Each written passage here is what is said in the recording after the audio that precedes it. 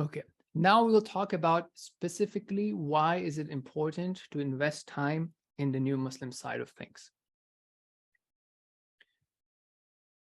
So we understand that, compared to 5 years or 10 years ago, dawah right now is very, very active, right? I mean, if you're in the area, you see like how much stuff is going on social media, a lot of news coming, this person becoming Muslim, that person becoming Muslim, and so on and so forth. Okay. However, we need to understand what happens after Shahada, right? Like, are people motivated? Are people getting the resources, and so on and so forth? So I have a beautiful example from Quran.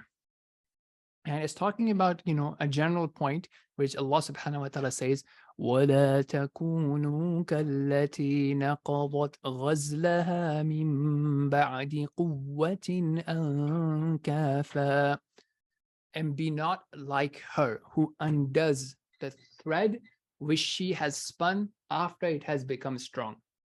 So why is this something relevant? Why do I find it relevant? Is because this is what we are doing with a lot of dawah work that we are spending money, time, human resources into, is that, we bring someone closer to the deen to the point that they take shahada as well, and then we just let it go.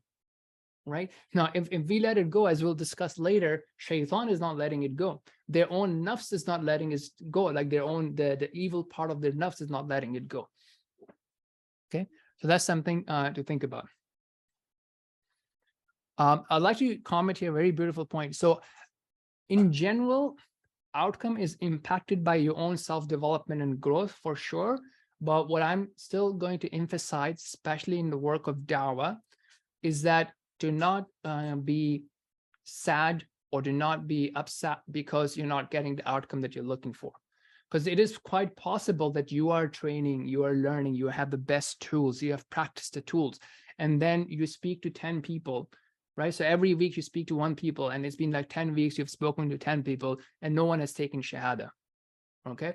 Now, on the other hand, someone, they have the same, they have also spent time in learning and, development, and they are also, working on it. Now, the first week they talk to someone, he doesn't take shahada, right? Or he doesn't listen to them, or she doesn't listen to them. Second week, same thing. Third week, same thing. Fourth week, they got the shahada, and then they give up. They're just like happy and they're relaxed. Now, in the sight of Allah subhanahu wa ta'ala, who is being more rewarded?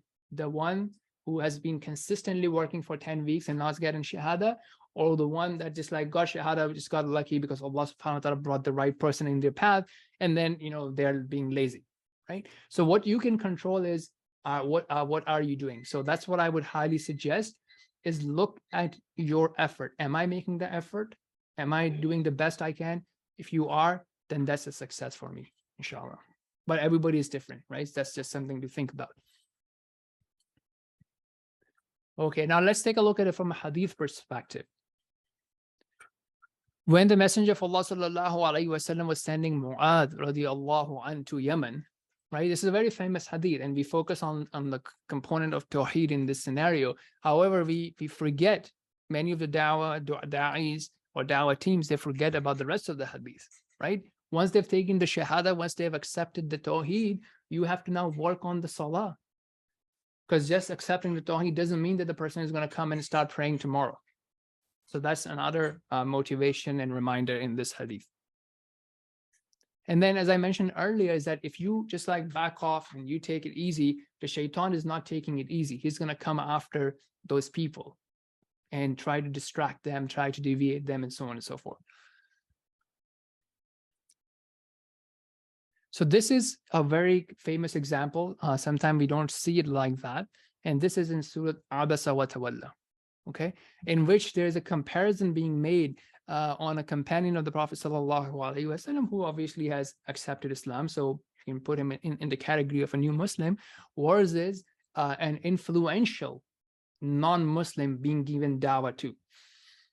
Okay, now Allah subhanahu wa ta'ala is prioritizing and encouraging the Prophet sallallahu alaihi wasallam to focus on that new Muslim, that companion, that Sahabi radiallahu anh, who is looking for guidance, who is interested in implementing the deen. So that's another great example.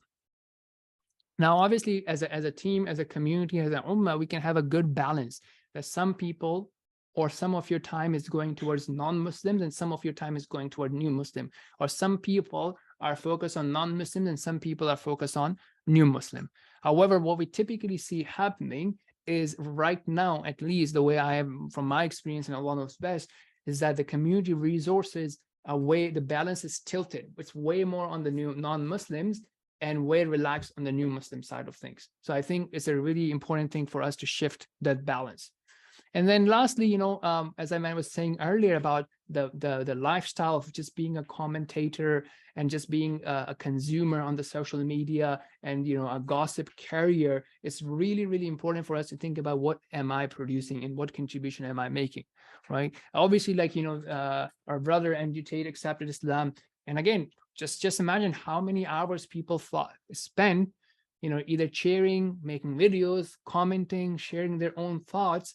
Wouldn't it be a better use of time to get encouragement and, go and share the message of Islam with someone else, right? Are we just going to be a puppet on social media and keep commenting and keep consuming, or are we going to become consumers or producers? That's something for us to think about our lifestyles.